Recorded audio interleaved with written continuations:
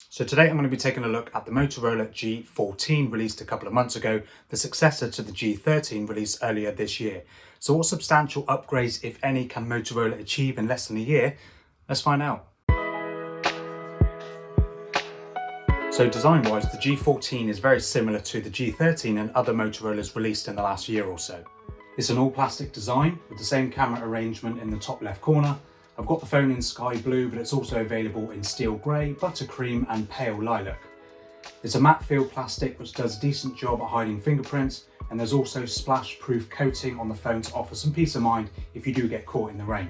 So overall the phone feels really nice in the hand, and it's pretty lightweight at less than 180 grams, so it's great with everyday handling. And you also get a dual 50 megapixel camera on the back, which I will explore a little bit more in a bit. And if you are enjoying this video, a sub to the channel would be awesome. I'm trying to hit 5,000 subscribers by February because I'm going away and I'm going to be doing a big real world test video, so stay tuned for that.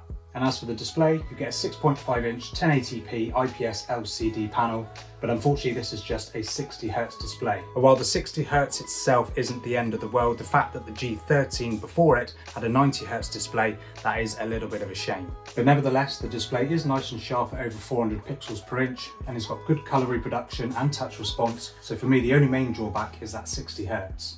And as for software, unsurprisingly, it's pretty up to date. You get Android 13 on the G14. You're likely to probably get Android 14, but I would say that's probably the only major software update that you're going to get on this phone. And of course, it's the usual stock Android experience with very few unwanted apps. However, there are a few games loaded on the phone that I did find odd for a Motorola. But the usual customization options are present, so you can change your fonts, themes, etc. to really customize your phone.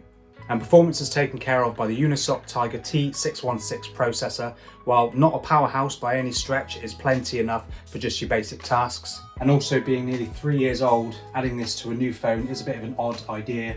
But you get 4 GB of RAM and 128 gigs of expandable storage. And 4 GB is about the lowest I'd want to use these days for a multitasking on a phone. But luckily you get a large 5000 mAh battery which gives you all day battery life, no problem, but the rather mediocre 15-watt charging isn't going to get you charged up very quickly. So lastly, onto the cameras. You get a dual camera setup headlined by a 50 megapixel f1.8 primary sensor backed up by a basic 2 megapixel macro camera. So the G14 lacks the 2 megapixel depth camera found on the G13 before, but I don't think this is the end of the world. And photos from the G14 come out very similar to other Motorola's in this price bracket. You get good detail, although sometimes finer areas can show a loss of detail, and colour reproduction is pretty natural, which I definitely like. And Motorola in general seem to do a pretty good job in this area, producing more natural looking photos than what other manufacturers can produce. But here are some more photos and video samples from this phone. Let me know down in the comments what you think.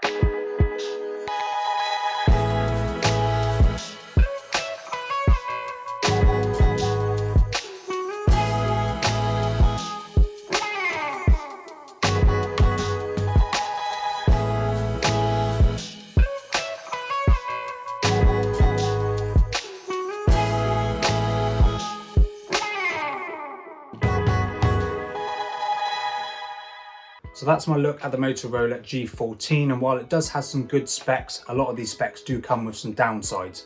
So you've got a nice sharp 1080p display, but unfortunately just 60Hz. You get a large 5000 mAh battery, but slow 15-watt charging. And while performance is plenty for most, those that do a lot of multitasking and gaming might find that the processor in this phone will be a little bit of a struggle. But of course, as usual, let me know down in the comments what you think of the G14. Is it a phone that you would consider buying, or would you pass on this and go for another phone? I'd love to hear your comments, and let me know what you think of this video. And like I said, please help me get to that 5,000 subscribers mark by February. I would really appreciate it. And I'll see you in the next one.